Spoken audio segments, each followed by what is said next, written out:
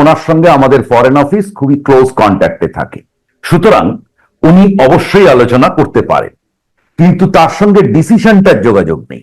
যেটা ঘটেছে সেটা হচ্ছে উনি ডিসিশন নিয়েছেন, এইটা হচ্ছে একদম পরিষ্কার জায়গা। সেকেন্ড হচ্ছে উনি ভারতের সঙ্গে করেছেন কিনা, অফকোর্স করবেন, কারণ উনি ভারতে আছেন, ভারত ওনাকে প্রোটেকশন দিয়ে রেখেছে, কিন্তু এই মুহূর্তে উনি একটা ডিসিশন ওনার জানিয়েছেন, ফার্ম ডিসিশন, যে এর মধ্যে আমি ঢুকবো। এটা কোনো টুপ করে ঢুকে পড়বো অমুক তমুক কথা নয়, ফাঁকা বলেননি, বলেছেন এবং রিপিটেডলি বলেছেন। দেখুন, জিওপলিটিক্সে যখন পাওয়ারফুল নেশনরা ডিল করে, এরা প্রত্যেকেই ইউএস চায়নাকে যদি আমি সুপার পাওয়ার ধরি, তাহলে তার পরের পাওয়ার ইন্ডিয়া রাশিয়া এরা আছে। তো কোনো জিনিস যখন হয় তখন অনেক রকম পসিবিলিটি খোলা থাকে, ব্যাক চ্যানেল হয়, সব সময় হতে থাকে এর ভেতর, এবং সেটাও হতে পারে, পাওয়ার প্লেও হতে পারে। বাংলাদেশ ভারত কোনো পুচকে দেশ নয়, তার নিজস্ব পাওয়ার আছে, তো তার পাওয়ারও হতে পারে। বাংলাদেশ সাবেক প্রধানমন্ত্রী একটি সাক্ষাৎকার দিয়েছেন, সেখানে তিনি জানিয়েছেন যে ডিসেম্বরের মধ্যে তিনি দেশে ফিরবেন।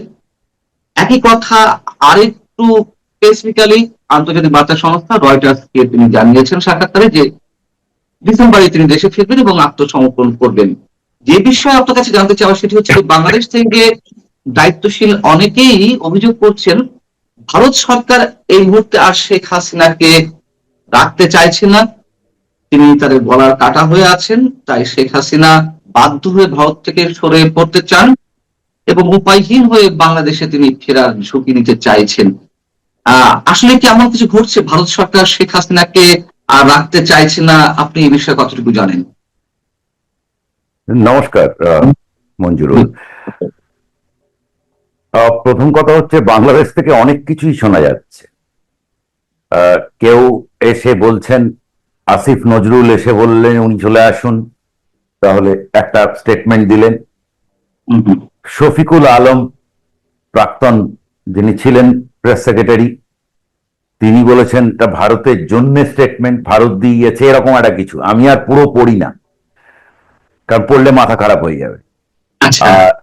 তো আর একটা হচ্ছে যে ভারত আর রাখতে চাইছে না। তো কোন স্টেটমেন্টের, এবার আপনার প্রশ্ন হচ্ছে ভারত আর রাখতে চাইছে না, তো কোন স্টেটমেন্টের যদি আমাকে একটা যৌক্তিক কারণ দেখাতে হবে, তো যে ভারত কেন রাখতে চাইছে না, ভারত কি করতে চায়, কি বাংলাদেশকে ভয় পেয়ে গেল, আমেরিকার ভয় রাখতে চাইছে না, তাহলে এতদিন রাখলো কেন? তো অনেকগুলো তো আসবে প্রশ্ন।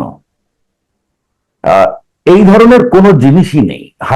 শেখ হাসিনা যখন 81 সালে গেছিলেন বাংলাদেশে, তখন কি উনি কি ভারত বলেছিল বলে উনি গেছিলেন, নাকি ভারত রাখতে চায়নি আর সেই জন্য উনি চলে গেছিলেন? উনি তো একটা রাজনীতিবিদ দিনের শেষে, আর উনি তো একজন স্বাধীন রাজনীতিবিদ। ওনার সঙ্গে ভারতের সম্পর্ক ভালো, এবং গত 2 বছরের পরিস্থিতি দেখিয়েছে যে ওনার থাকাতে দেশটা অনেক, মানে আমাদের দিক থেকে দেখলেও, আমি জানি না আপনারা কি বলবেন, কিন্তু আমাদের দিক থেকে দেখলে উনি যতদিন ছিলেন দেশে হয়তো অনেক অসুবিধে ছিল, আমি সেসবের মধ্যে ঢুকছি না, কিন্তু অন্তত দেশটা স্টেবল ছিল। তো দেশের একটা ফরেন পলিসিও স্টেবল ছিল। তো সব মিলিয়ে ভারত হঠাৎ করে কেন আওয়ামী লীগকে বলবে যে তোমরা চলে যাও, তোমরা আর রাখতে পারছি না? শেখ হাসিনাকে বলবে। বাকি আওয়ামী লীগের কথা আমি বলছি না, বাকিদের নিয়ে আমি বা আমার মনে হয় না আমাদের দেশের লোক বিরাট কিছু চিন্তিত। এখানে আসল লোকটাই হাসিনা। একদম সোজা সাপটা ব্যাপার, হাসিনা কেন এটা করেছেন।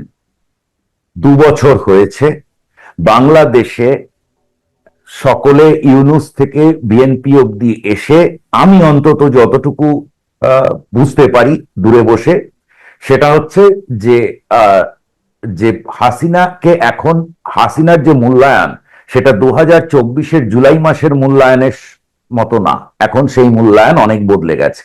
আর 2025 সালেও আমি যখন গেছিলাম মে মাসে, তখনও দেখেছি মূল্যায়ন বদলে গেছে। সুতরাং ওই ধারাটাতে আরো ইমপ্রুভ করেছে। এখন হাসিনার পরে অনেক লোক আছে, বিশেষত আমেরিকার সঙ্গে বাংলাদেশের চুক্তি, সেটার পর চারিদিকে এই কথাটা অন্তত এসছে, খুব পরিষ্কারভাবেই এসছে যে তাহলে তো উনি ঠিকই বলেছিলেন। সো হাসিনা এখন একটা তার পলিটিক্যাল বিড নিচ্ছেন, এবং বাংলাদেশে আমার এখান থেকে আমি যতটুকু দেখতে পাচ্ছি, উনি এই যে সামান্য একটা ঘোষণা করেছেন, তারপরে বাংলাদেশে একেবারে হুলুস থুলুস বেঁধে গেল। কে বলছে এটা ভারত করিয়েছে, কে বলছে অমুক করিয়েছে, কে বলছে তমুক করিয়েছে। তার মাঝে আমি আপনার পডকাস্ট দেখেছি, আপনি একটা গুরুত্বপূর্ণ প্রশ্ন তুলেছেন যে বাংলাদেশ তো এতদিন, এটা তো সত্যি, অফিসিয়ালি তো সে বলেছিল যে হাসিনাকে ফেরত দাও, রিপ্যাট্রিয়েট করো। তো এবার যদি হাসিনা ফেরত আসে, তাহলে বাংলাদেশকে একটা ট্রাভেল পাস ইস্যু করতে হবে। তো বাংলাদেশ সেটা করলেই তো হয়। এই আসল ব্যাপারটা হচ্ছে নিজেদের, হাসিনা এখন ওখানে গিয়ে উপস্থিত হলে বাংলাদেশের রাজনীতিতে একটা বিশাল টার্ন হবে। তাহলে বাংলাদেশের পলিটিক্সে যে একটা মেজর টার্ন হবে, সেটা নিয়ে কোনো সন্দেহ নেই। ফলে এই সমস্ত একটু প্রশ্ন করি, সেটা হয়তো বলছেন যে 2 বছরের মধ্যে বাংলাদেশে শেখ হাসিনার সম্পর্কে মূল্যায়নের দিক থেকে অনেক ধরনের পরিবর্তন এসেছে, ইতিবাচক পরিবর্তন এসেছে। আমি যদি আপনার দেশের কথা সম্পর্কে প্রশ্ন করি, যে তিনি যখন গিয়েছিলেন জাতীয় ঐক্যমত্যের ভিত্তিতে তাকে আশ্রয় দেওয়ার বা তাকে রাখার বিষয়টি সর্বসম্মতিক্রমেই সিদ্ধান্ত নেওয়া হয়েছিল, সেই ঐক্যমত্যের ধারাটা কি এখনো পর্যন্ত আছে, নাকি সেই মূল্যায়নের ক্ষেত্রে কোনো ধরনের পরিবর্তন এসেছে? কেউ কেউ বলছেন যে না, না আর রাখা যাবে না, বা কেউ কেউ দ্বিমত পোষণ করছে, এমন কিছু কি মানে ঘটছে এখানে? একদমই নেই। তার আপনি আপনি আমাকে বলুন যে আপনি ভারতীয় খবর সংবাদ মাধ্যমে আপনি এই এই যে হাসিনা এটা বললেন, তার আগে দেখবেন খুব একটা তো কোনো কথাবার্তা নেই হাসিনাকে নিয়ে। সুতরাং এটা একেবারেই বাজে কথা যে ওনাকে এই রাখতে চাইছে না, ওই রাখতে চাইছে না, এসব কিচ্ছু নেই। আরেকটি প্রশ্ন, সেটা হচ্ছে যারা অভিযোগ করছেন যে এক্ষেত্রে এক অর্থে শেখ হাসিনা যদি বলছেন, সেটা শেখ হাসিনা এবং ভারত সরকারের জয়েন্ট স্টেটমেন্ট, মানে অর্থাৎ ভারত সরকারের সাথে আলোচনা করেই তিনি এই ধরনের কথাবার্তা বলছেন বা তাকে কথাবার্তা বলার সুযোগ দেওয়া হচ্ছে। এই অভিযোগ অনেক পুরনো, এখনো সেই অভিযোগগুলো আনা হচ্ছে। এই বিষয়ে আপনি কি বলবেন? দুটো জিনিস আলাদা। একটা হচ্ছে শেখ হাসিনা কি করতে চান, এবং শেখ হাসিনা ভারত সরকারের সঙ্গে আলোচনা করেছেন কিনা। আমি জানি না আলোচনা করেছেন কিনা, কিন্তু অবশ্যই ওনার সঙ্গে আমাদের ফরেন অফিস খুবই ক্লোজ কন্ট্যাক্টে থাকে। সুতরাং উনি অবশ্যই আলোচনা করতে পারেন, কিন্তু তার সঙ্গে ডিসিশনটার যোগাযোগ নেই।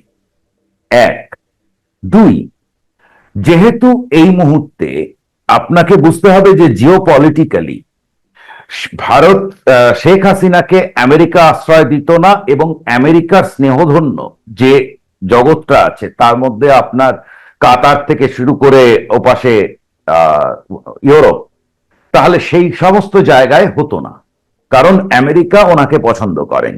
আমেরিকার যা চাওয়ার ছিল সেটা এই সময়, এই 2 বছরের ভেতর সে পেয়েছে, কিন্তু শেখ হাসিনার সময় পায়নি। তো ফলে আপনার এখন তাহলে হাসিনাকে যে জায়গা দেওয়া, সেটা একটা রিজিওনাল পাওয়ার, সে তার জায়গা পাওয়ার পজিশন থেকে করছে। এটা পরিষ্কার জিওপলিটিক্যাল জায়গা হাসিনাকে সে দিচ্ছে, থাকতে দিচ্ছে। মানে হাসিনা সে সময় যেভাবে এসছিলেন এবং তাকে ভারত করেছে, ভারতের পুরনো বন্ধু হিসেবে তাকে ভারত তার জায়গা দিয়েছে।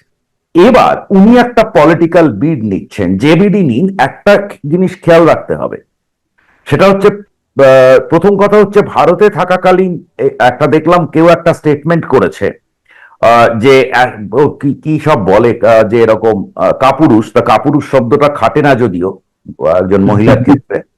তো তিনি বলেছেন যে যার এখনো একটা সামনাসামনি ইন্টারভিউ দিতে পারেনি, পাবলিকলি বেরোয়নি, তার এত সাহস হবে না।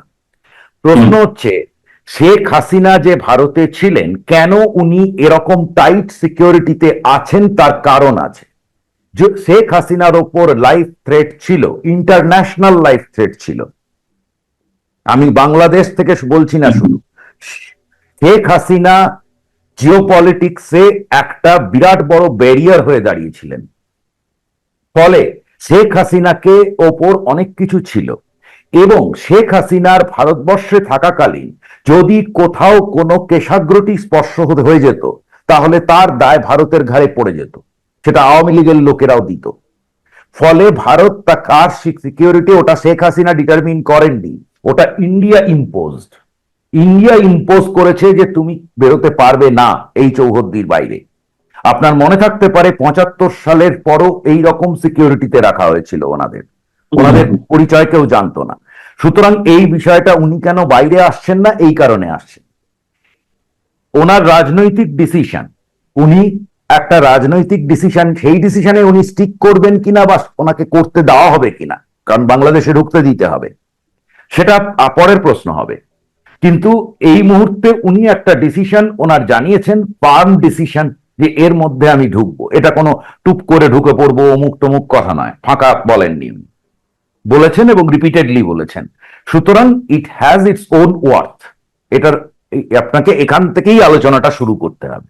কিন্তু যেটা বলা হচ্ছে যে তিনি যখন এই ঝুঁকি জানেন এবং সেটি জেনে আসছেন, এর পেছনে ইন্টারন্যাশনাল একটা কানেকশন আছে, এবং ইন্টারন্যাশনাল সেই কানেকশনের জায়গা থেকে বলা হচ্ছে ভারত যুক্তরাষ্ট্রের সঙ্গে কোনো ধরনের আন্ডার টেবিল এগ্রিমেন্টে অথবা কোনো হিডেন সমঝোতার পৌঁছেছে, সেই জায়গা থেকে শেখ হাসিনা বাংলাদেশে ফিরে আসতে চাইছেন। এমন কোন ইকুয়েশন আপনার কি মনে হয় যে হয়েছে? দেখুন, জিওপলিটিক্সে যখন পাওয়ারফুল নেশনরা ডিল করে, এরা প্রত্যেকেই ইউএস চায়নাকে যদি আমি সুপার পাওয়ার ধরি, তাহলে তার পরের পাওয়ার ইন্ডিয়া, রাশিয়া, এরা আছে। তো কোনো জিনিস যখন হয় তখন অনেক রকম পসিবিলিটি খোলা থাকে। এই মুহূর্তে কি ঘটেছে বা আদৌ কিছু ঘটেছে কি না, সেটা যতক্ষণ না ঘটছে জানা যাবে না, এক। দুই, এই ঘটাগুলো সবসময় আন্ডার টেবল আন্ডারস্ট্যান্ডিং বলে কিছু নেই, ব্যাক চ্যানেল হয়, সবসময় হতে থাকে এদের ভেতর, এবং সেটাও হতে পারে, পাওয়ার প্লেও হতে পারে। বাংলাদেশ কোনো, এই ভারত কোনো পুচকে দেশ নয়, তার নিজস্ব পাওয়ার আছে, তো তার পাওয়ারও হতে পারে। কি হতে পারে সেটা পরে বোঝা যাবে, কিন্তু এই মুহূর্তে আমি ওই আলোচনাটার মধ্যে এখনই ঢুকতে যাব না, কারণ ও কি হলে কি হতো সেটা দেখা যাবে। মানে আপনি দুটো বিষয় নিয়ে এসেছেন, একটা হচ্ছে পাওয়ার প্লে, ভারত তার শক্তিমত্তা প্রদর্শনের জন্য বা একটা ইকুয়েশনের জায়গা থেকে হয়তো শেখ হাসিনা গ্রিন সিগন্যাল দিয়েছে, যে ঠিক আছে আপনি এই মুহূর্তে যেতে পারেন বা সময় নিয়ে যেতে পারেন। আরেকটা হচ্ছে যে আন্ডার টেবিল এগ্রিমেন্ট বা হিডেন এগ্রিমেন্ট বা সমঝোতা, যেভাবে বলেন না কেন আমরা যুক্তরাষ্ট্রের সঙ্গে, আপনি দুই সম্ভাবনার কথাই বলছেন। তার মানে কি এটি ধরে নেব যে শেখ হাসিনা যা করছে ভারত সরকারের পরামর্শ নিয়েই করছে? আমি আপনাকে প্রথমেই বলেছি যে শেখ হাসিনার ডিসিশন আর ভারতের সঙ্গে আলোচনা, এই দুটো আলাদা। শেখ হাসিনা ডিসিশন নিয়েছেন, শেখ হাসিনা কোনো বাচ্চা মেয়ে নয় যে ওনাকে ভারত পড়া পড়িয়ে দেবে আর উনি সেইগুলো মুখস্থ বলতে শুরু করবেন। কেমন, যে মহিলা, এটা যারা বলছে তাদের উর্বর মস্তিষ্ক এবং তাদের খাদ্যাভ্যাস সম্পর্কে আমার একটুখানি সন্দেহ থেকে গেল। কারণ যে মহিলা একা থেকে ভারত, চীন, আমেরিকা, রাশিয়া, চারখানা দেশের সঙ্গে করছিলেন, প্রত্যেকটা পাওয়ার, মানে আপনাকে বলে দিতে হবে না আমেরিকা রাশিয়া কি সম্পর্ক, আমেরিকা চীন কি সম্পর্ক, চীন ভারত কি সম্পর্ক, আপনাকে বলে দিতে হবে না। উনি তার মধ্যে ব্যালেন্স করছিলেন চারজনের ভেতর, আর ওদিকে জাপান আছে। এখন উনি সেই ওনাকে ভারত বলে দেবে যে আপনি এখন যান, আর উনি বোচকা বিড়া গুছিয়ে উনি রওনা দেবেন, এই ধরনের কোনো বালখিল্য আলোচনা হয় না। যেটা ঘটেছে সেটা হচ্ছে উনি ডিসিশন নিয়েছেন, এইটা হচ্ছে একদম পরিষ্কার জায়গা। সেকেন্ড হচ্ছে উনি ভারতের সঙ্গে করেছেন কিনা, অফকোর্স করবেন, কারণ উনি ভারতে আছেন, ভারত ওনাকে প্রোটেকশন দিয়ে রেখেছে। এবং আমি যদি মুজিবুর রহমান থেকে দেখি, তাহলে ভারত বারবার বাংলাদেশকে অস্থিতিশীল যাতে না হয় তার চেষ্টা করেছে। মুজিবুর রহমানকে বাঁচাবার চেষ্টা করেছিল এবং শেখ হাসিনাকেও বাঁচাবার চেষ্টা করেছে, সেটা জুলাই থেকেই শুরু। কেমন? তো শেখ হাসিনা তো উড়ে মানে এমনি এমনি আসেননি ভারতে, একটা তো পেছনে নিশ্চয়ই প্রেক্ষিত আছে, এবং সেটা তো আমাদের আর্মি চিফ বলেছিলেন যে তিনি বাংলাদেশের আর্মি চিফের সঙ্গে কমিউনিকেশনে ছিলেন ব্লো বাই ব্লো। তো সুতরাং উনি যে এসছেন সেটা একটা একটা ইয়ের ভেতর দিয়ে সিস্টেমিক একটা জায়গায়। এবার উনি যখন যাবেন অবশ্যই একটা রিজিওনাল, উনি গেলেন আর ওনাকে যদি ধরুন আজকে যদি এই পসিবিলিটিটা তৈরি হয়, ধরা যাক হাইপোথেটিক্যাল, প্রথমত হচ্ছে বাংলাদেশকে ট্রাভেল পাস দিতে হবে বা ডাক দিতে হবে, তা না হলে উনি ঢুকবেন কি করে? উনি তো আর পালিয়ে পালিয়ে ঢুকবেন না, আর ভারত রাত্রির বেলা গিয়ে ওনাকে ছাদের উপর নামিয়ে দিয়ে আসবে এরকম কোনো ব্যাপার নেই।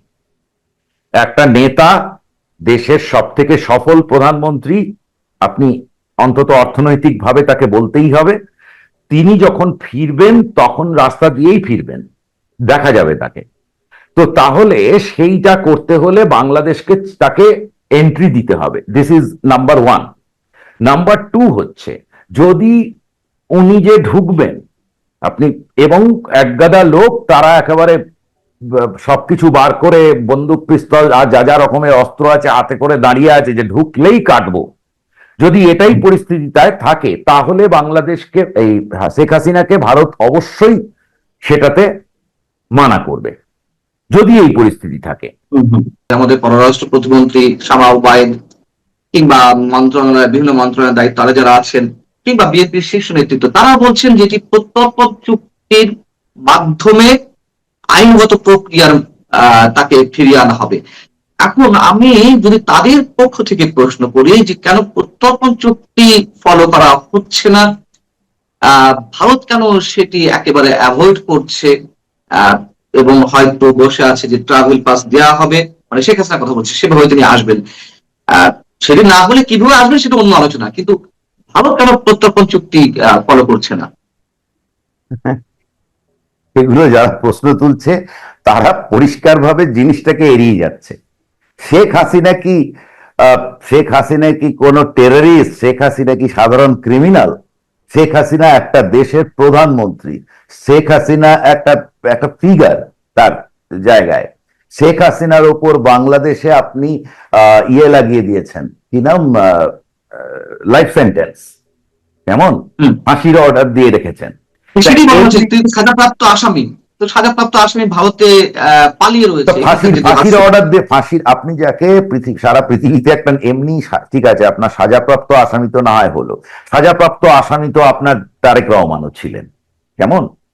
তো বাংলাদেশের সাজা আর না সাজার মধ্যে খুব একটা তফাৎ আছে বলে আমার মনে হয় না। সাজাপ্রাপ্ত আসামি তো ইউনূসও ছিলেন, যদি আমি খুব ভুল না হই, কেমন? তো তাহলে তিনি তো দিব্যি এসে বসে পড়লেন এবং বসার আগের দিন সমস্ত কোর্ট কেসগুলো মিটিয়ে দেওয়া হলো। তো এগুলো এটা বাংলাদেশের বাস্তবতা, এর মধ্যে আমরা নাইবা ঢুকি। কিন্তু উল্টো দিকটা হচ্ছে, আপনি কারোর ওপর মৃত্যুদণ্ড দিলে পৃথিবীর কোনো দেশ প্রথম কথা ফেরায় না কাউকে, এক। দুই, আমি আবারও বলছি, শেখ হাসিনা কোনো ক্রিমিনাল নন। সে আপনার দেশে ক্রিমিনাল বলতেই পারে, শেখ হাসিনা ক্রিমিনাল নন।